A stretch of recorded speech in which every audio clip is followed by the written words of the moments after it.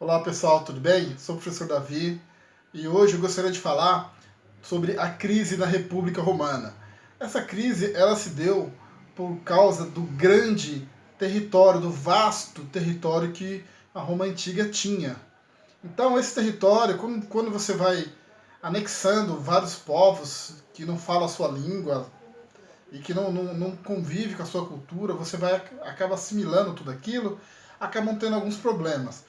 Os principais que a gente pode citar foi o grande poder político dos militares. Os militares eles eles ganhavam as guerras, eles controlavam as fronteiras, eles iam para o combate e eles acabaram ganhando muito prestígio e acabaram se metendo na política. Uma lição aqui, quando os militares eles assumem cargos políticos, isso aí pode ser nós já vimos em várias civilizações, nós já vimos aqui no Brasil, quando o militar assume o poder, coisa boa não acontece. Estou falando que nós não temos capacidade. Aqui o militar ele é treinado para ganhar guerra. Então, assim, quando que os militares são necessários? Quando a política falha. A política falhou, não deu para conversar, não deu para ter diplomacia, aí você parte para a ignorância, parte para a guerra, ou para defender os seus interesses.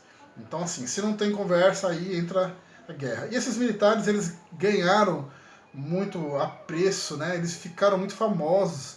Alguns até enriqueciam por causa da guerra, com espólios de guerra, saques e tudo mais que você possa imaginar de errado aí, tá bom? Então, o poder político dos militares foi uma dos motivos da queda da República em Roma. As outras coisas que aconteceram foram as revoltas da plebe. A plebe se rebelava porque ela queria mais participação política. Como a gente já viu, quem governava de fato era o Senado. A plebe tinha os seus representantes, mas que não apitavam muito. Outra coisa que acabou minando esse tipo de governo em Roma foi a corrupção, né? A velha corrupção. Para você ver que é algo que acontece há séculos e até hoje ela está aí dentro da política, infelizmente. Outra coisa também que aconteceu, os impostos acabaram ficando muito altos.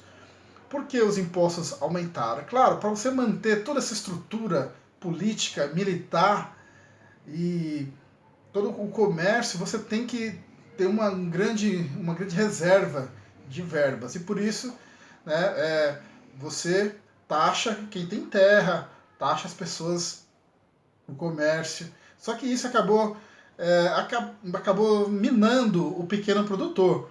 Porque se você tem um lote de terra, você produz um tanto de alimento. E aí tem um latifundiário que ele produz o triplo que você. Então, na hora que você vender o seu produto, quem que você acha que vai conseguir vender? Eu chego lá, ó, aqui um saco de batata, custa R$ 10. Aí chega um latifundiário que produz batata a rodo, ele vai vender o dele por, ó, R$ 1. E o cara vai comprar o seu, que custa 10? Não vai. E aí que vai acabar? Você vai acabar falindo. E aí você vai vender a sua terra para esse latifundiário, que produz mais e consegue dar um preço muito menor. Até hoje acontece isso, tá, gente? Infelizmente, aqui no Brasil é um dos últimos países que ainda não foi feita a reforma agrária e os grandes latifúndios estão aí ganhando dinheiro e tomando conta da nossa vida, tá bom? Outra coisa que aconteceu, como eu falei, houve a classe dos cavaleiros. Os cavaleiros eles eram os militares, geralmente de patentes sabe, intermediária, generais, dessas patentes que acabavam ganhando muita fama, prestígio, muito respeito. Então eles meio que criavam pequenos exércitos, né, que chamavam as milícias, tá? Milícia, assim, são soldados pagos, bom? Que eles podem ser comandados por uma pessoa só, desde que essa pessoa pague bem. Então, essa classe dos cavaleiros começaram a formar pequenas milícias e acabaram se intrometendo em alguns negócios, alguns assuntos lá em Roma, tá bom? E isso foi um problema, que é como você vai competir com pessoas que não pagam impostos.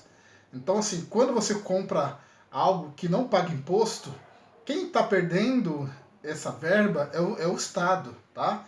Então toma cuidado, isso acontece até hoje. Bom, se você comprar algo muito barato, porque essa coisa não tem um imposto ali embutido. Ou esse imposto vai para outro lugar que não é no benefício da nossa população. É claro, a gente está falando da Roma, lá em milhares de séculos atrás, tá bom? E aconteceu algo, né, em Roma, que foram as guerras servis. Essas guerras servis, elas foram muito grandes, elas duraram vários anos. Elas tiveram, se eu não me engano, foram 3, tá? E a maior de todas durou 2 anos, onde o líder era o Espartaco. O Espartaco, ele era um escravo guerreiro que lutava nas arenas. Nós vamos ver como vai se dar isso. Como é que era os espetáculos de arena, que era o pão e circo, né? E junto com os trabalhadores das minas, eles montaram um motim e começaram a boicotar o governo, a sabotar as obras do governo. Então, o Spartacus, ele ficou muito famoso, gerou até um filme que é muito bom, que se chama Spartacus mesmo, ele é de 1960, ele é dirigido pelo Stanley Kubrick, né? O Stanley Kubrick, ele é um cara conhecido por filmes polêmicos, como Odisseia no Espaço, Laranja Mecânica, O Iluminado. Então ele é um cara muito bacana mesmo. O filme é maravilhoso. É com Kirk Douglas, se eu não me engano, que era o galanzão da época. É um filme que é dos anos 60, mas até hoje você assiste, você fica maravilhado com a atuação dos atores. Os atores são perfeitos. Tá? Então vale a pena ver esse filme. Tá? Se eu não me engano, eles ganharam 4 Oscars. Né? Não é pouca coisa não para um filme. Tá? E outra coisa também que aconteceu, 2 irmãos, né, Tibério e Caio Graco, eles brigavam ali nos bastidores para que o povo tivesse mais benefícios, mais poderes.